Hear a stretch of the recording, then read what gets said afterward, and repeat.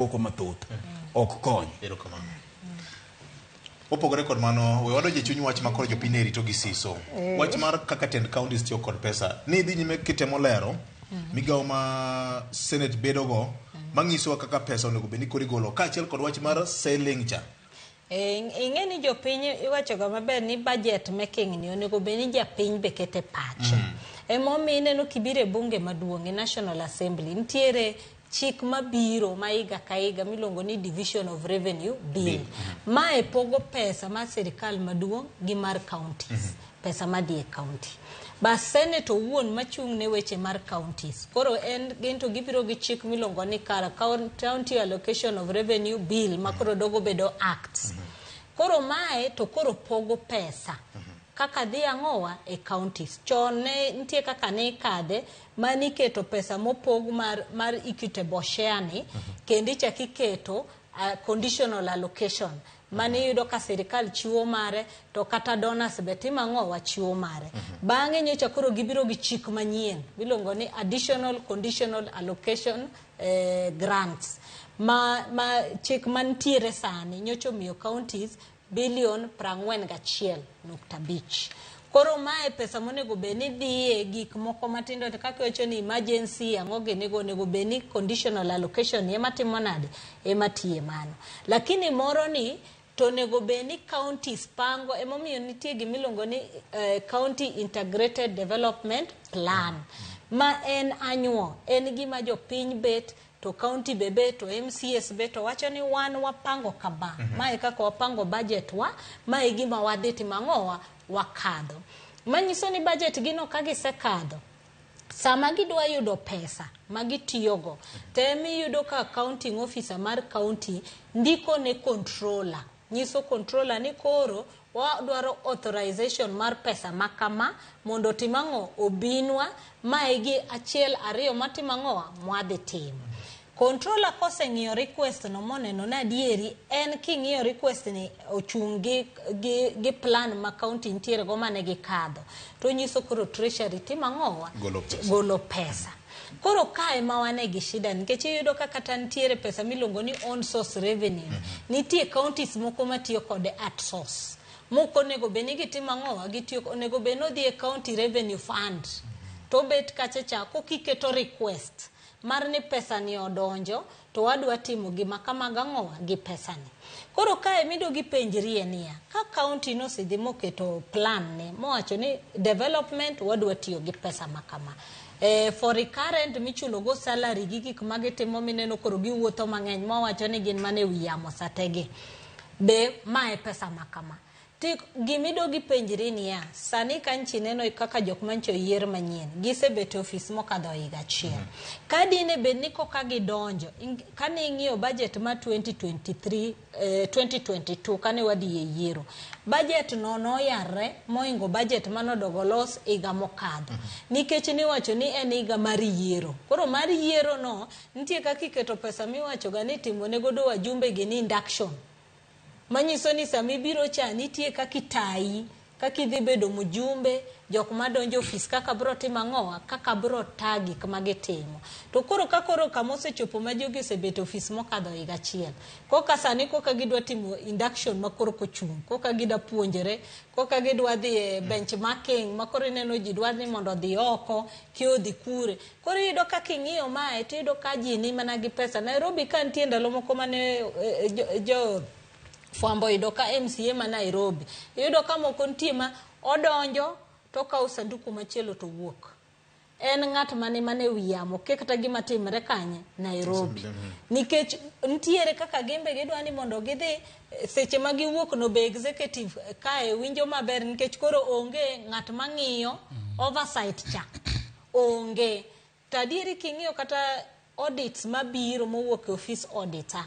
Ni neno ka governors kiluongo e Senate wacho ni okonego beni luongo gi nikech macha secondary oversight. To gimomi neno senators luongo gi nikech ka dine MCAs timo tijgi nikech gine primary oversight. Report chako biro magi ng'iyo nang'o matimre.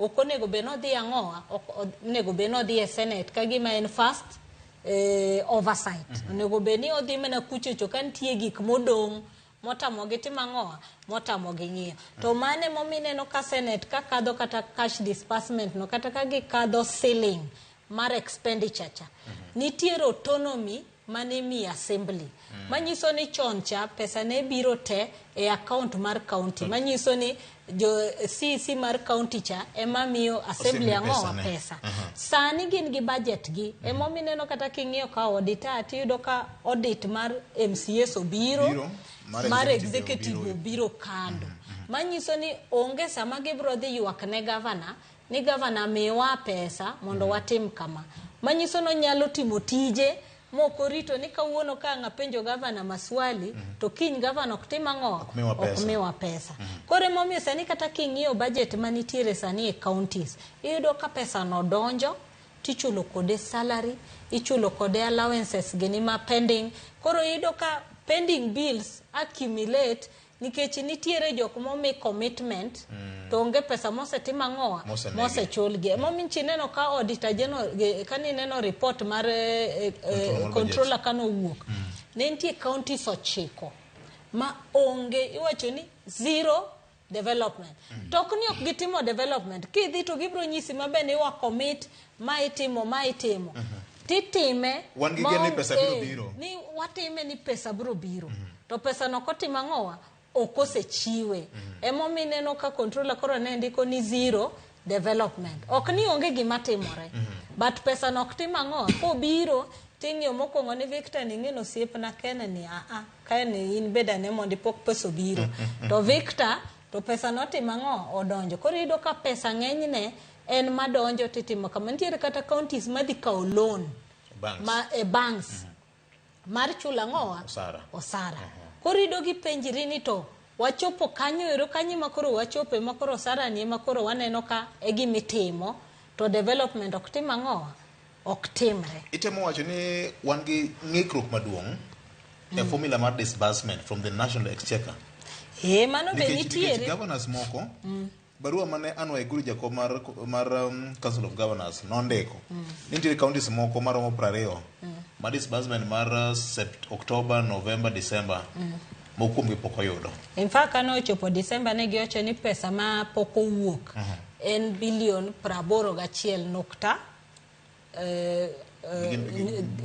bathe moro matin kanyo ma pok obiro ang'owa e counties ting'e ni sirikal maduong' be kadwa konyo counties kaka ne giwinjre ga cha onego beni dwe ka dwe tarik 15 yudo ka pesa emani winjo ka wacho ni monthly cash disbursement schedule ma Senate okadho cha onego beni pesa madhi e counties nitie kako pog dwe ka dwe nitie pesa monego beni gitimo nade giyudo pesa no ka giyudo ni recurrent michulo salary gik magitimo go gi development koro mane makok timre to koro counties moko dhi e bank to gidhi kawo lakini magi kawo e bank no ten mana mar chulo recurrent koro onge development koro samu accumulate cha kaka mag pending bills emineno ka giyware nyaka sani wach pending bills no nikech koro yudo ka nitie contractors nitie kata jok mose commit suicide jadi mosetimo kata nyandarua gi central kai jok motimo makoro bank be koro luwogi gisetimo tich e county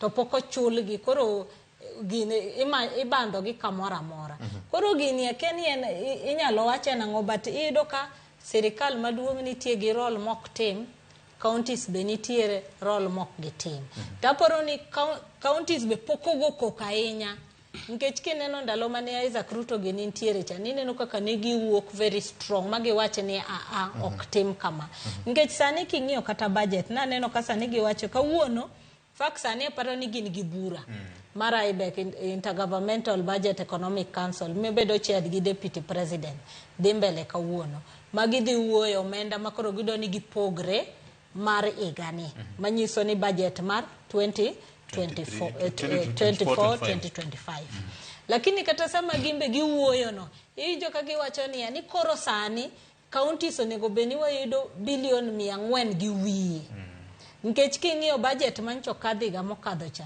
ne 3.6 trillion king'iyo 3.6 trillion to counties to yudo bilion 370 oken kata quarter nikech king'iyo article 203 mar constitution to wacho ni counties nyaka yud at least 15% of revenue raised nationally.